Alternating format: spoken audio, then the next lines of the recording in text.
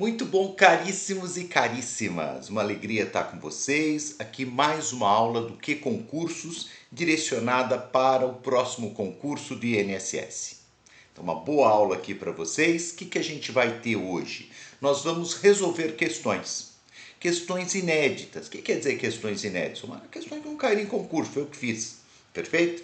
Fiz aí, mas claro, bem naquilo que eu acredito que vai ser exigido no concurso. Legal? Então a gente vai revendo temas, vou fazer no meu estilo. Não vou correr, vou analisar a questão, vou explicar de forma detalhada, tá bom? Para a gente aproveitar bastante, a minha tese é que mais que quantidade de questões que a gente tem na internet fácil, né? Se quiser, eu gosto mais de detalhar um pouquinho mais, aprofundar um pouquinho mais. Então vamos lá, não temos tempo a perder e vamos começar aqui com a primeira questão. Então, tem vários outros vídeos, né? Outras aulas que estão aí no canal do Que. Questões inéditas 4, tem outras também, fiz algumas também analisando a última prova de INSS e a gente vai continuando entre temas, entre matéria e questões, resolução de questões. Vamos lá. Quem se filiou para o RGPS, para o Regime Geral de Previdência Social, a partir do dia 13 de 11 de 2019, que é o dia seguinte ao da promulgação da Emenda Constitucional 103 de 2019, poderá obter aposentadoria programada, que é o novo nome, que é o nome da nova aposentadoria da Previdência, né? Que é a junção de aposentadoria urbana por tempo por idade e aposentadoria por tempo de contribuição. Então, poderá obter aposentadoria programada, que exige idade mínima de 65 anos para um homem e 62 anos para a mulher, acrescido de tempo de contribuição correspondente a 20 anos. Será que está certo ou será que está errada essa proposição? Na verdade, gente, ela está errada. Por que ela está errada? Veja, é o clássico das questões, né? Elas normalmente têm um errinho só. Elas vão trazendo inúmeras informações e normalmente vem um errinho no final. Não necessariamente, mas normalmente no final. Então, o que nós temos? Qual que é o erro aqui? O erro é falar que você necessita de 20 anos de contribuição, tanto para um homem quanto para uma mulher.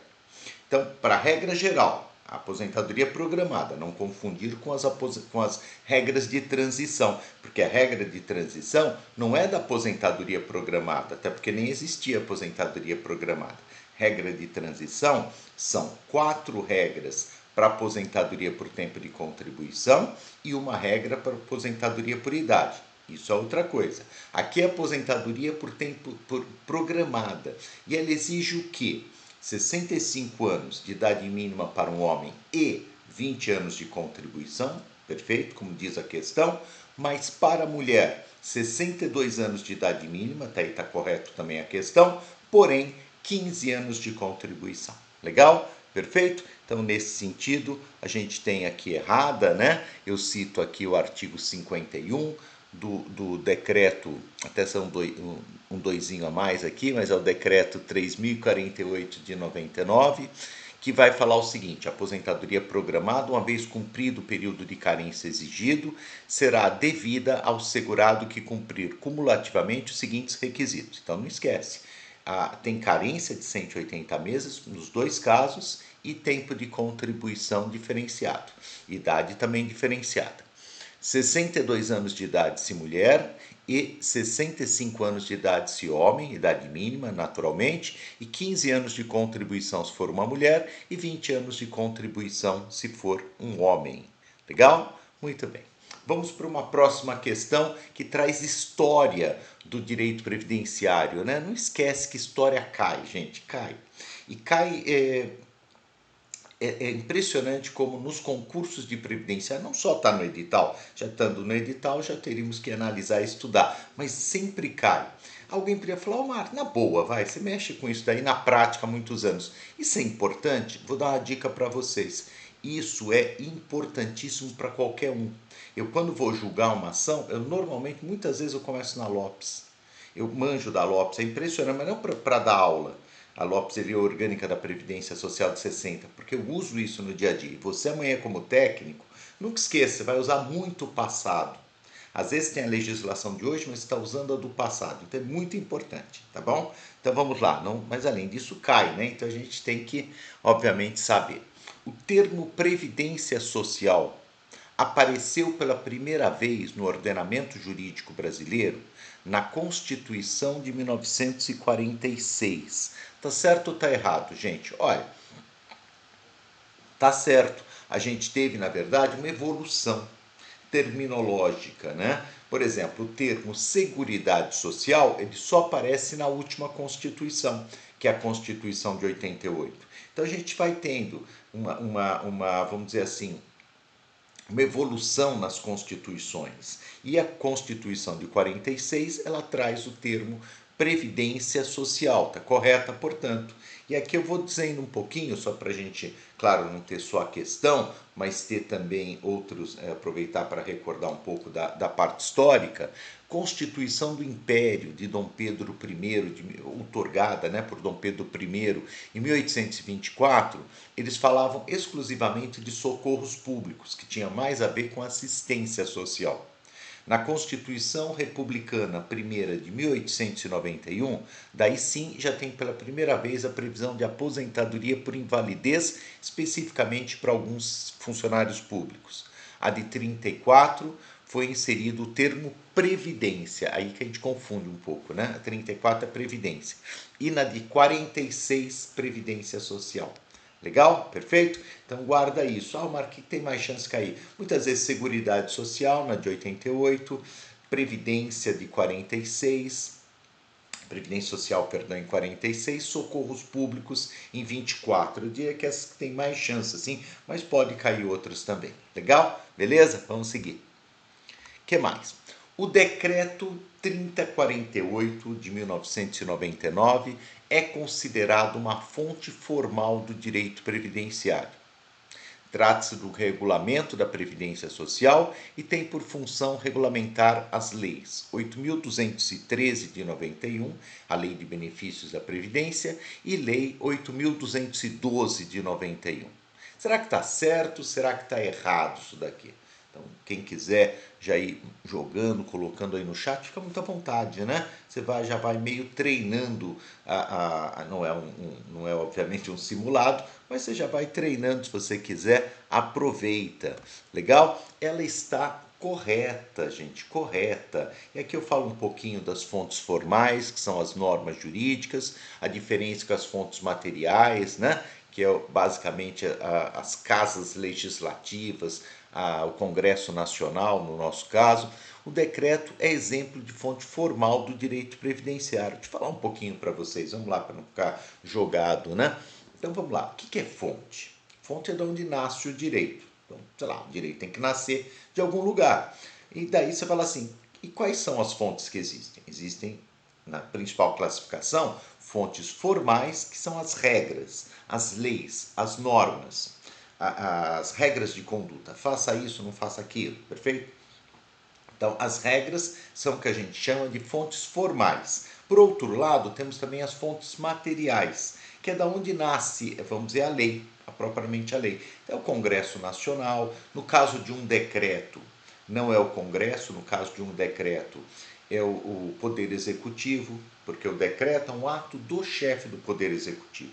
Por exemplo, o decreto 3048 de 99 é um ato do presidente da República, porque ele é um decreto federal. Mas você tem decreto estadual, que vai ser do governador, decreto municipal do prefeito, legal? Não é a mesma coisa que a lei, evidentemente. Então, nós temos na Previdência várias fontes formais. A Lei 8.213 de 91 é fonte formal, a Lei 8.212 e também o decreto. O decreto regulamenta a Lei de Benefícios e a Lei de Custeio da Previdência. Por isso que é uma dica, claro, como tudo, né, que a gente fala, mas até pela experiência da gente. Eu sempre dou a dica.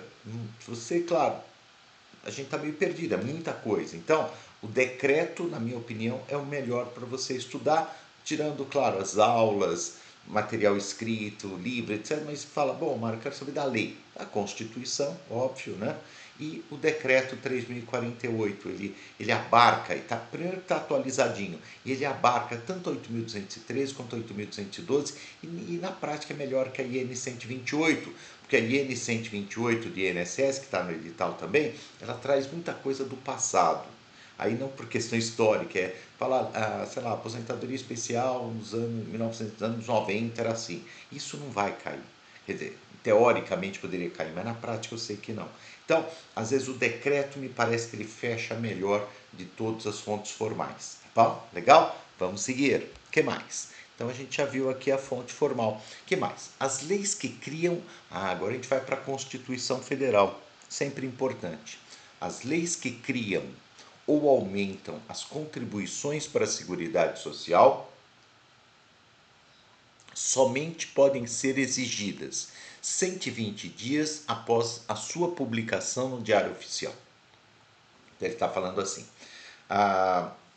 será que está certo ou errado, né? Essa data, 120 dias, 120 dias, a única vez que 120 dias aparece na Previdência, gente, é o segurado especial que pode lá ficar 120 dias trabalhando fora da sua atividade, pode ter, a palavrinha 120, né? Eu sempre falo que ela está vinculada ao segurado especial, mas tirando o segurado especial, ela não aparece mais na Previdência, não. Então, esse prazo não é correto. O prazo correto, deixaria correta essa questão, seria 90 dias. Então, vamos ver, isso aqui está errada, né? Mas para ficar certa, teria que ser assim. As leis que criam ou aumentam as contribuições para a Seguridade Social somente podem ser exigidas 90 dias após a sua publicação no Diário Oficial. Isso aqui que seria o correto, né? E eu trago aqui a regra, que é o artigo 195, parágrafo 6º. Gosto de ler a lei, porque, vamos falar claro, gente, metade da prova ainda é letra da lei, não adianta, ou pelo menos ela fundamenta violentamente na literalidade da norma. Antigamente era tudo, hoje não mais, mas ainda tem muitas questões que são. Então é importante a gente ler a lei. No caso, a Constituição. As contribuições sociais de que trata esse artigo, que é o artigo 195, que é o PIS, a COFINS, a contribuição social sobre o lucro líquido, as contribuições previdenciárias, contribuição para o INSS. As contribuições sociais que trata esse artigo só poderão ser exigidas após decorridos 90 dias da data da publicação da lei que as houver instituído ou modificado, não se lhes aplicando o disposto no artigo 150, 3b da Constituição, que fala da anterioridade anual. Legal? Então, guarda isso daqui, que é 90 dias. Almar, dá um exemplo para ficar mais fácil. Legal. Você sabe que hoje o empregado, o avulso e o doméstico, ele tem uma tabelinha. Ele tem uma tabela de uma contribuição com alíquotas progressivas para fins de contribuição previdenciária. Por exemplo, se você ganha, sei lá, título de exemplo, R$ 8.000, você vai ficar no teto, vai ficar um pouquinho abaixo, porque tem o teto da Previdência, que hoje, em 2023, é R$ 7.507,29. Tá bom. Então, você tem aqui o teto. Mas qual a alíquota que eu vou aplicar? A alíquota nominal corresponderá a 14%. Legal? Vamos dizer, apenas obviamente um exemplo, mas poderia acontecer que o Estado, o governo está precisando de dinheiro, a Previdência, e resolve aumentar essa alíquota máxima de 14% para 15%. Beleza. Então sai uma lei, porque isso aqui é tributo, o tributo tem que ser modificado, alterado por meio de lei. Então vem uma lei federal, ou seja, passa pelo Congresso Nacional, tem sanção presidencial, e essa lei ela fala o seguinte: a partir de agora entra em vigor, na data da publicação, uma lei que determina o que, gente? Que determina que a contribuição ela vai aumentar para 15%. Ela vale a partir de quando? Então não confunda.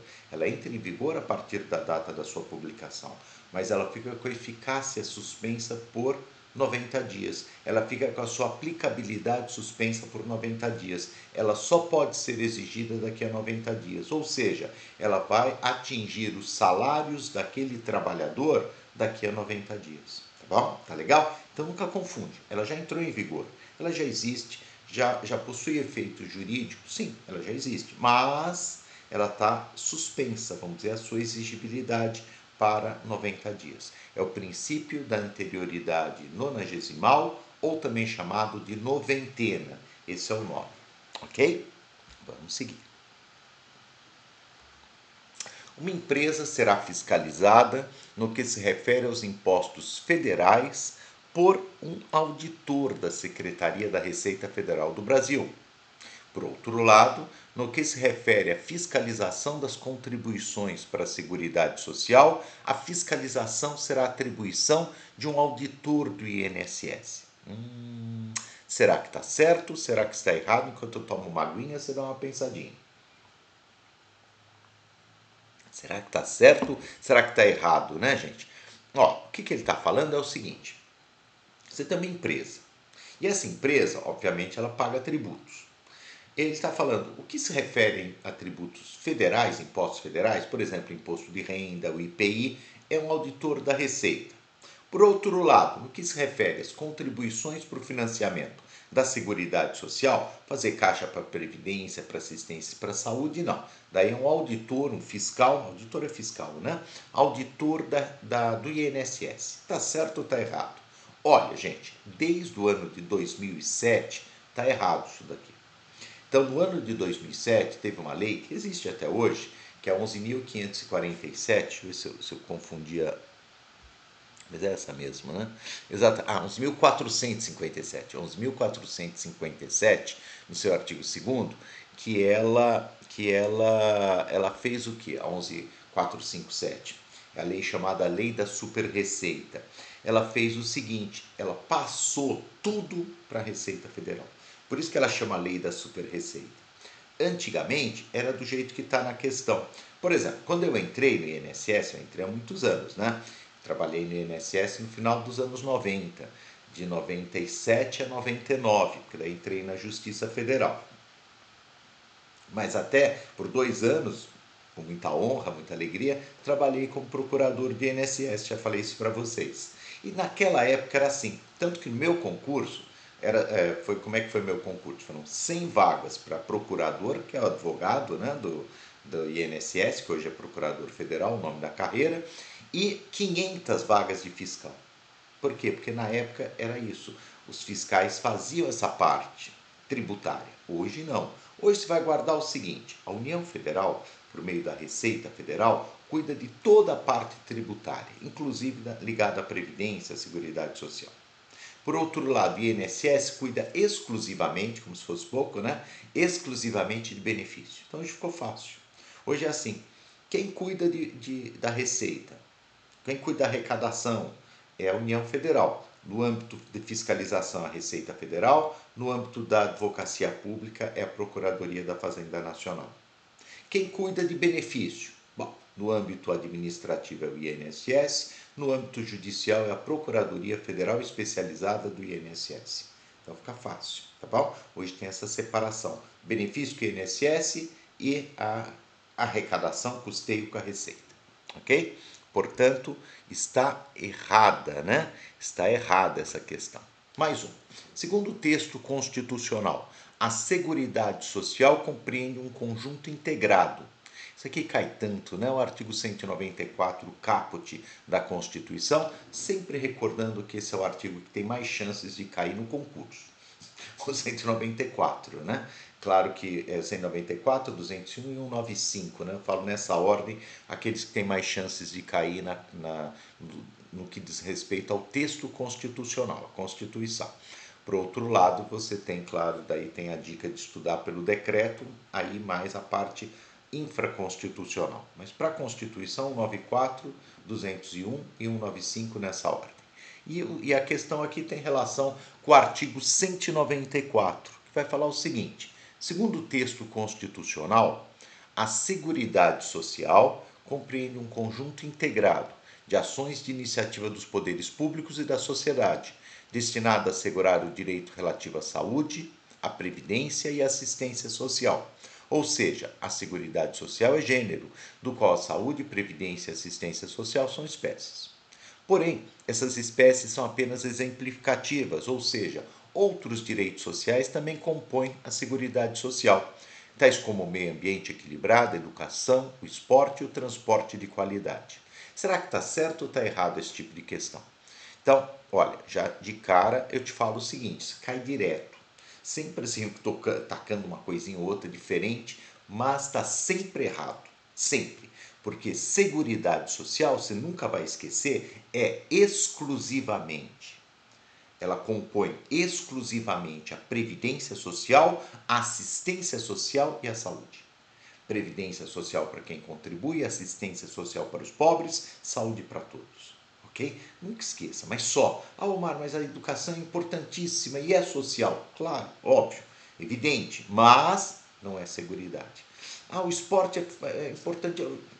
Com certeza, e imaginam como eu sei isso, que eu não gosto, nunca gostei de fazer esporte, agora estou até tentando fazer um pouquinho, assim, a gente vai ficando velho, né? Tem que fazer. Maravilhoso, o esporte é bom para o jovem, é bom para o mais velho, é bom para todo mundo, mas não é seguridade. Você não vai esquecer. Seguridade, sua previdência, assistência e saúde. Cai direto, gente, de várias formas diferentes. Eu bolei aí de uma das formas, mas o importante é exclusivamente. Legal? Sacaram? Então não esqueçam. Beleza? Aqui eu coloco, né? Texto do caput do artigo 194 da Constituição, é claro no sentido de que a Seguridade Social é um amplo sistema de proteção social que abrange apenas, exclusivamente, três subsistemas.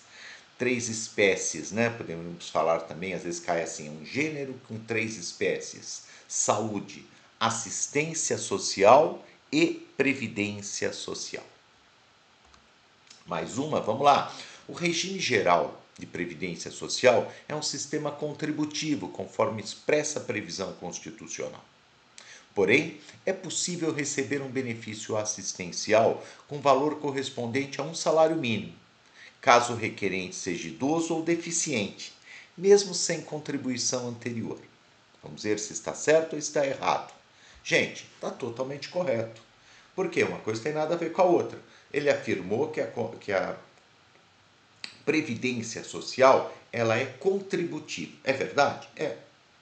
Está escrito várias vezes no artigo 201 da Constituição. O nosso modelo de previdência, ele é chamado modelo alemão ou bismarckiano. Pagou tem direito, não pagou não tem direito. É seguro, seguro social. Então tem que pagar, não tem seguro de graça, né? Então tem que pagar. Então ele é contributivo. Porém, quando eu falo em assistência social, a ideia é outra. Assistência social é para as pessoas pobres. Seria absurdo que eu chegasse uma pessoa pobre, está fazendo necessidade, e falasse, se você não pagou, não vai ser ajudado. Como? A pessoa às vezes está numa situação de rua, está numa situação extrema, então, obviamente, seria até uma questão cruel se eu fizesse isso, seria grotesco. Então, obviamente, quando eu falo em assistência, gente, tem que ser sem contribuição. E existe um benefício, mais de um, mas um benefício que está previsto no artigo mais importante, mais judicializado, que você vai trabalhar mais, chamado BPC, que ele corresponde a um salário mínimo para o idoso ou deficiente, mesmo independentemente de qualquer contribuição. E ele tem natureza assistencial. Tá beleza? Então a questão nem detalha muito, né? Idoso a gente vai ver que é 65 anos para o homem e para a mulher, o que quer dizer deficiente, o que quer dizer pessoa pobre para fins de BPC. Legal, isso é outra história. Mas o que está dito aqui está correto? Corretíssimo. Olha, regime geral de previdência social é contributivo? É.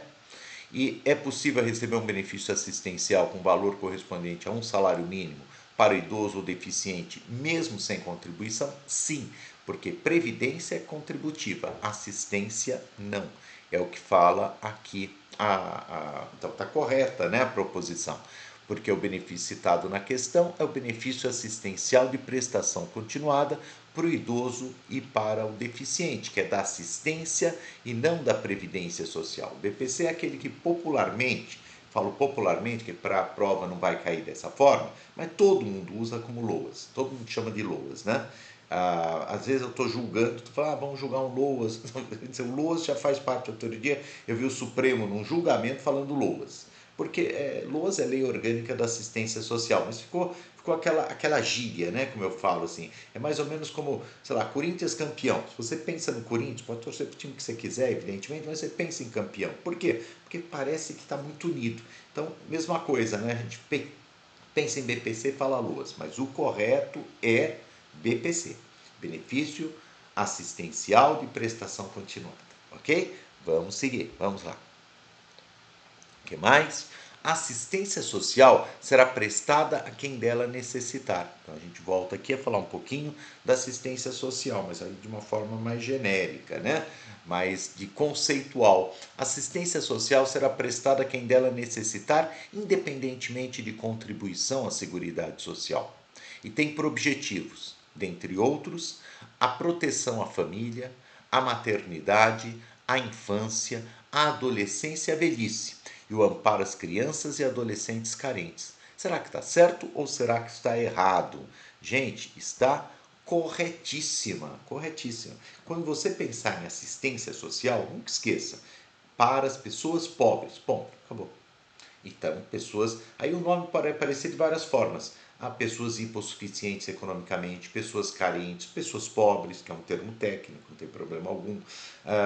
Aquele que dela necessitar, como está na Constituição, os desamparados, enfim, tem vários nomes para dizer a mesma coisa, ok? Aquelas pessoas que estão numa situação econômica ruim e pelo menos naquele momento, precisam do auxílio estatal. Essa é a ideia.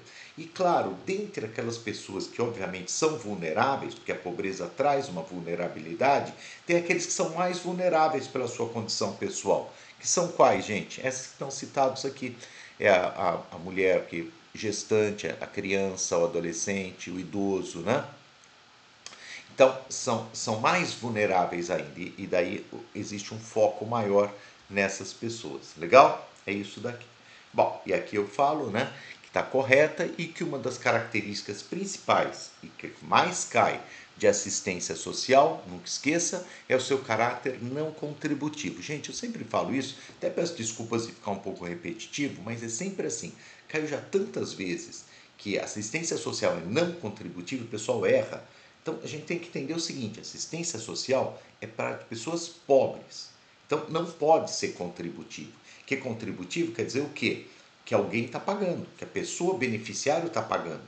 E ele não pode pagar, porque ele não tem dinheiro. Por outro lado, previdência. A previdência é diferente. Previdência, alguém que já está trabalhando normalmente, 99% das vezes. Então, ele tem uma condição mínima, que você pode não ter muito dinheiro, mas uma condição mínima de pagar ele vai ter. Então, ela é contributiva. A assistência, não. Por quê? Porque é exatamente a pessoa que não tem dinheiro. Legal? Não esquece disso. Por mais óbvio que pareça, cai bastante, as pessoas erram. José presta serviços como eletricista e trabalha para residências e empresas que, eventualmente, solicitam os seus serviços. Então, José trabalha como eletricista, vai numa empresa, vai numa casa, né? Nesse caso, José é segurado obrigatório do regime geral de previdência social na modalidade de segurado empregado. Será que está certo? Você assinalaria certo ou errado? Pelo amor de Deus, né, gente? O José não é empregado de ninguém. Ele trabalha cada momento em um lugar. O que o José é? José é autônomo. Para ser mais técnico, José é o trabalhador que a gente chama, um tipo de autônomo, que a gente chama de eventual. Eventual é aquele, é o encanador, o eletricista, que ele trabalha, presta serviço sem habitualidade e sem subordinação. O autônomo é sem subordinação, mas com habitualidade. Pouco importa, porque os dois estão enquadrados, classificados como segurados individuais. Então, o segurado individual é o autônomo e equiparados, e entre os quais o empresário, o cooperado, o religioso, todos equiparados, né? Enquanto que empregado não, né, gente? Empregado tem vários tipos também, mas normalmente, no âmbito do empregado mesmo, aquele mais clássico, é o CLT. Então, que tem subordinação, tem pessoalidade, tem habitualidade, onerosidade, né? Recebe. Então, esse normalmente é o empregado. O José, no caso, é o trabalhador autônomo, ou, se a gente for ser mais técnico, eventual. Mas ele é segurado individual. Legal? Aqui eu explico isso para vocês, né? Aquilo que eu acabei de falar tem aqui no material, nunca esquecendo que junto com a aula vem um material, esse material de apoio para você poder, obviamente, depois ir acompanhando.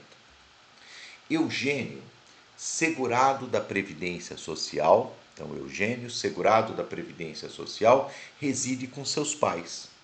Não tem filhos e nem cônjuge ou companheiro. Tá bom, ele mora com os pais, não teve filhos, não é casado, não vive união estável com ninguém, o Eugênio.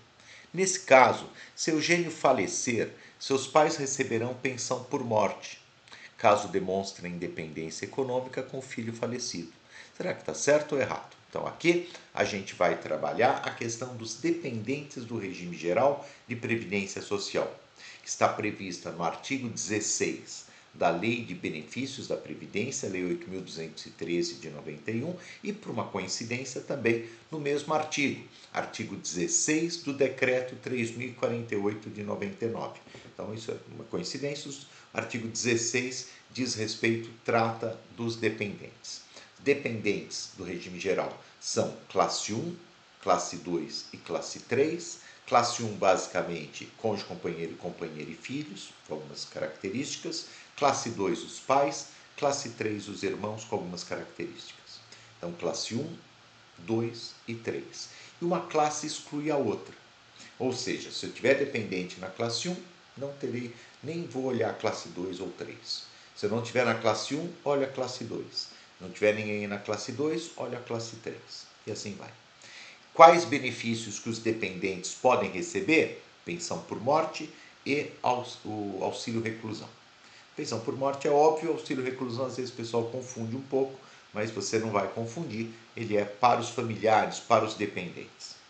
Bom, dadas essas circunstâncias, o Eugênio, se ele falecer, gente, ele não tem filho, não tem cônjuge, companheiro, então classe 1 não tem ninguém.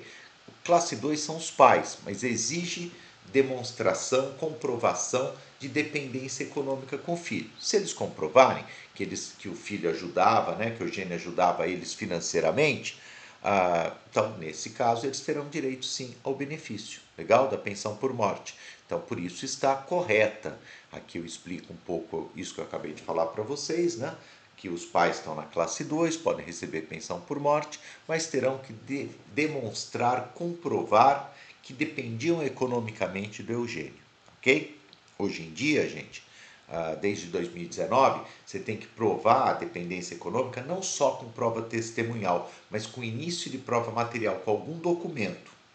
Então, às vezes você ter, sei lá, conta conjunta, você ter um contrato de aluguel onde você mora, que você é o locatário, o falecido, Demonstrar que aquela pessoa que sobreviveu, claro, o seu dependente, ele dependia, o nome já diz, dependia economicamente de você, tá bom? Isso tem que provar no enteado, no tutelado, no pai e no irmão. Já o cônjuge, companheiro e companheira e filhos, a dependência econômica é presumida, não precisa provar. Ela já é uma presunção legal, ok? Vamos lá. Seguindo, Carlos trabalha como carregador de bagagens. Carlos trabalha como carregador de bagagem para vários tomadores de serviço. Um monte de gente vai lá, pede, cara, carrega minha bagagem aqui, legal. Sem vínculo com nenhum deles, em um porto, e tem a prestação de serviços intermediada por uma OGMO, órgão gestor de mão de obra. Nesse caso, é possível enquadrá-lo como segurado avulso. Será que podemos? Com certeza, Está corretíssima. Vou explicar um pouquinho quem que é o segurado avulso. Nunca esqueça que quando a gente fala em beneficiários do regime geral de previdência social, quer dizer o quê? Pessoas que podem vir a receber benefícios e serviços, ou seja, podem vir a receber prestações da previdência social. Esses beneficiários se subdividem em dois. São os segurados e são os dependentes. Segurados e seus dependentes. Quem paga e os seus familiares. Dentre os segurados, nós temos o quê? Podemos dividir em duas categorias. Segurados obrigatórios, segurados facultativos. Então, segurado obrigatório é aquele que, ao exercer uma atividade, ele obrigatoriamente terá que contribuir para a Previdência, e o segurado facultativo é aquele que, por não receber remuneração ou salário, pode até uma ajuda de custo, como é o caso do estagiário, mas por não receber remuneração ou salário, não é segurado obrigatório. Dentre os segurados obrigatórios, a gente divide em 5 modalidades: empregado, avulso, doméstico, especial, individual. Então, são 5 tipos, modalidades de segurados obrigatórios. E dentre eles tem o segurado avulso. Quem que é o segurado avulso, gente? Geralmente o portuário, não obrigatoriamente, mas geralmente o portuário. Mas o mais importante é que seja um portuário, daí ele terá a intermediação da sua mão de obra gerida por um órgão gestor de mão de obra. Ou ainda, em alguns casos excepcionais, um trabalhador rural ou aquele chapa, né? O chapa também aqui no setor mais urbano, que trabalha nos mercados, que descarrega caminhões, mas daí a intermediação é feita por sindicato. Então, o mais importante, o mais interessante, o que define um segurado avulso não é a atividade, mas sim a intermediação por um órgão gestor de mão de obra ou sindicato. O que quer dizer intermediação? Quer dizer o seguinte: o tomador de serviços não pode ir diretamente nele pegar e falar: você vem trabalhar comigo. Não, como ele faz com o autônomo. Ele vai ter que ir no órgão gestor de mão de obra, se for um porto, por exemplo, chegou um navio, falar: preciso de trabalhadores. Vai no órgão gestor de mão de obra e ele intermedia. Ele entrega, ele fala: olha, você precisa de tantos trabalhadores. Acabou. Ele dá o preço, dá tudo. E o mesmo acontece aqui, o chapa. Olha, eu preciso de gente para descarregar meu caminhão. Vai lá o sindicato e indica. Claro que na prática você vai encontrar, principalmente sindicato, às vezes, o chapa vai lá, pega alguém na rua, tudo bem, isso é as irregularidades que tem na vida. Mas, teoricamente, pode e deve ser dessa forma que eu falei, ok? Intermediação. Então, vamos dar uma olhadinha aqui, para ficar mais claro. Tem vários exemplos de trabalhadores avulsos, entre eles o trabalhador que exerce atividade portuária. A maioria é portuário, né? De capatazia, estivador, conferência, né, para verificar se as mercadorias estão certas ou não, conserto de carga, vigilância de embarcação do bloco para não roubarem, trabalhador de estiva de mercadorias de qualquer natureza, inclusive carvão e minério, trabalhador em alvarenga, embarcação para carga e descarga de navios, amarrador de embarcação, ensacador. Então, você viu que por enquanto só trabalhador portuário. Mas tem também o ensacador de café, cacau, sal ou carregador de bagagem no porto, que é o exemplo aqui da questão. E tem também o chapa, né? Que é aquele que descarrega caminhões, foi mais recentemente colocado. Legal? Então são várias possibilidades, mas está corretíssima essa daqui. O Carlos, carregador de bagagem, que trabalha com prestação de serviços intermediada por órgão gestor de mão de obra, é segurado ou trabalhador avulso. João trabalha como servidor público federal e dá aulas em um curso preparatório para concursos públicos. Nessa hipótese, poderá optar por contribuir para o regime próprio dos servidores públicos da União ou para o regime geral de previdência social. Então, será que o João tem essa possibilidade? Ô, Mar, não é o teu caso? É meu e de tanta gente, né? Eu sou vinculado, eu sou servidor federal, porque eu sou juiz federal, e ao mesmo tempo sou também, dou aula aqui no que concurso. Então, obviamente, todo o setor privado, não tem nada a ver uma atividade com outra, sou remunerado pelas duas. Será que eu posso escolher, falar, prefiro só aposentar só como juiz, já vou aposentar como juiz, aqui pago se quiser. É assim? Não é assim. Você é segurado obrigatório, nesse caso, né, eu, por exemplo, tanto do regime próprio dos servidores públicos da União, quanto do regime geral de previdência social. É isso.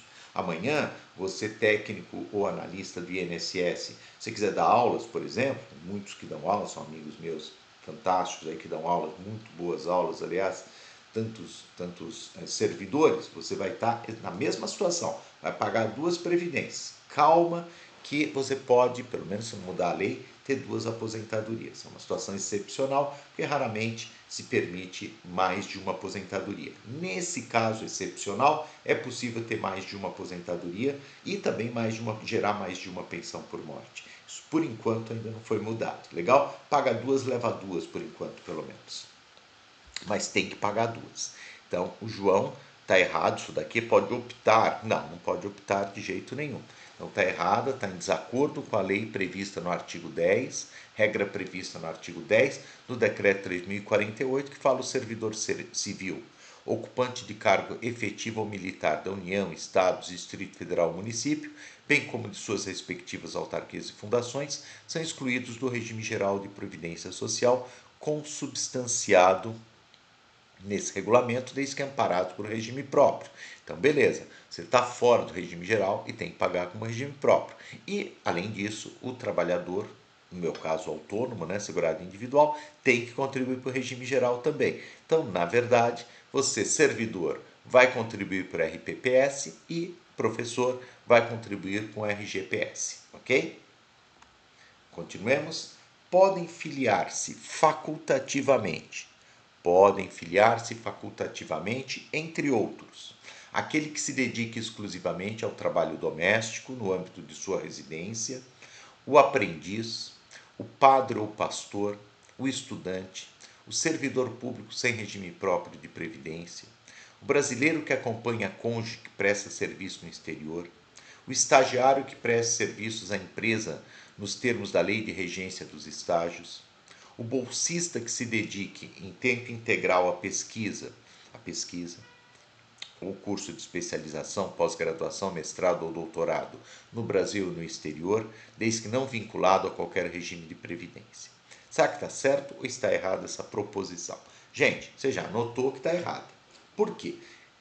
A gente está tratando agora do segurado facultativo. Quem é o segurado facultativo? É aquele que, sem ser segurado obrigatório de regime próprio, de regime geral, tem interesse, facultativamente, ele opta por fazer parte do regime geral. Perfeito. Por isso já diz o nome facultativo. São vários tipos de pessoas. Trabalha aquela pessoa que exerce trabalho voluntário, dona de casa, estudante, bolsista, estagiário. Quem mais? Também o preso. Preso, inclusive, daí é uma exceção, né? Mas inclusive o que presta serviços dentro ou fora do sistema prisional. Aí é uma exceção que visa reduzir a carga tributária das empresas que vão contratar o preso, porque tem muito preconceito com o preso, né? Então, para evitar isso, eles colocaram ele como facultativo. Isso já caiu, viu? Desde o ano de 2009, ele é segurado facultativo em qualquer circunstância, o preso, ok? Do regime fechado e semiaberto. O que mais? Então, esses são o quê? Essas pessoas são segurados facultativos. Mas se você olhar a questão, tem gente lá que está por fora. Vamos ver. Aquele que se dedica exclusivamente ao trabalho doméstico, seja um homem, seja uma mulher, mais tradicionalmente uma mulher, dona de casa, é óbvio, facultativo. Aprendiz, não. Aprendiz é segurado empregado. Padre ou pastor, segurado individual. Estudante, segurado facultativo. Servidor público sem regime próprio de previdência, segurado empregado. Brasileiro que acompanha cônjuge que presta serviço no exterior, facultativo. Estagiário que presta serviço à empresa nos termos da Lei de Regência dos Estágios, facultativo. Bolsista que se dedica em tempo integral, pesquisa, especialização, pós, mestrado, doutorado no Brasil ou fora, não vinculado a regime de previdência, facultativo também.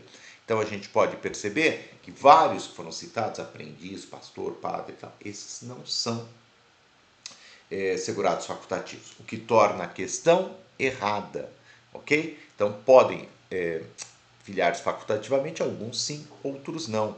É o que fala aqui a resposta, o gabarito, né? Embora alguns dos citados constem como segurados facultativos, estão previstos, né, no artigo 11 do Regulamento da Previdência Social, do Decreto 3.048, outros são enquadrados em outras categorias. Eu cito aqui, por exemplo, o aprendiz e o servidor público sem regime próprio de previdência, que são segurados empregados, ou ainda o padre e o pastor, que são segurados individuais. Continuemos. Exceção feita a regras de transição quem exerce mandato eletivo federal, estadual, distrital ou municipal, desde que não seja vinculado a regime próprio de previdência social, será considerado como segurado empregado do regime geral de previdência. Então, o político, a gente está falando do político. Qual que é a situação do político, gente? Então, pode ser do executivo ou do legislativo. Um vereador, um deputado estadual, federal, senador, um prefeito, governador, presidente. Qual que é a vinculação deles à previdência social hoje? Bom, Antigamente, eles possuíam um sistema de previdência diferenciado, ok? Que no caso aqui existe até hoje, que é o IPC, né? Instituto de Previdência dos Congressistas no Congresso Nacional. E assim era nas Assembleias Legislativas, etc. Tudo acabou. Então, existem algumas regrinhas de transição para os políticos antigos, ou eventualmente uma pensionista, o político faleceu e ela está recebendo ainda desses institutos. Eram coisas antigas, que previam uma previdência diferenciada para eles. Hoje não tem mais. Então hoje, o que cai? Por exemplo, um de nós, um de vocês que queira, o ano que vem é eleições municipais, né? Mário, eu vou sair para vereador. Posso? Pode, espero que já seja como, vamos dizer, vereador. Daí depende, você já tomou posse como técnico? Já. Daí você vai estar vinculado a regime próprio de previdência, porque quem é servidor com regime próprio e se afasta para exercer um cargo eletivo, continua vinculado ao regime próprio. Ok. Não, ainda não foi o concurso, eu não tomei posse. Beleza. Então você é vinculado ao regime geral de previdência social em qual situação? Em qual modalidade? Segurado empregado. Ok? Não esquece, isso cai bastante porque não era assim como eu expliquei, mas hoje é. Então, aquele que exerce mandato eletivo, um vereador, desde que não vinculado a regime próprio de previdência, será considerado como segurado obrigatório do regime geral na qualidade de segurado empregado. Beleza? Tranquilo? Muito bem. E a última questão.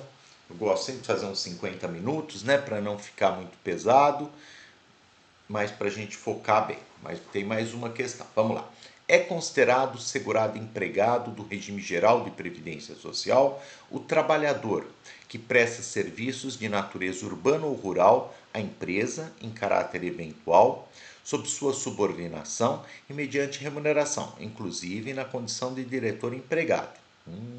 Será que está certo? É considerado empregado do RGPS o trabalhador que presta serviço de natureza urbana ou rural, tá aí tudo bem? A empresa, tudo bem? Em caráter eventual, sob sua subordinação, mediante remuneração, inclusive na condição de diretor empregado. Não. Se cair dessa forma, gente, você vai colocar que está errado, né? O que diz aqui o artigo 9º, inciso 1, alineado, decreto 3048/99? Será considerado segurado empregado o trabalhador que presta serviço em caráter não eventual, tá bom? Então, a ideia da eventualidade, ela retira. É bem verdade, né, que hoje você tem o trabalho itinerante, né, o trabalhador, você tem novas modalidades de trabalho, né, que foram introduzidos aí na reforma trabalhista, mas a legislação continua a mesma, né? Você vai ter o autônomo é aquele que trabalha eventualmente. Então, a ideia de eventualidade para a legislação ainda está vinculada à ideia do autônomo.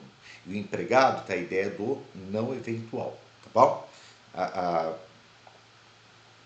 Toma cuidado com isso, né? Tem algumas novas modalidades aí, mas para fins de concurso, que é o que interessa, fica no artigo 9º do decreto, que aliás é um dos principais artigos, uma das minhas principais apostas, o decreto 3048/99, mas alguns artigos, em especial o artigo 9º. O artigo 9º ele fala dos segurados, que eu acho que vai ser um tema que vai cair bastante na próxima prova do INSS.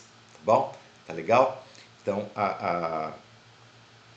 foi um prazer estar com vocês, como sempre. Espero que a aula tenha sido útil, você tenha dado mais um passo para atingir o teu objetivo. Bons estudos, até uma próxima.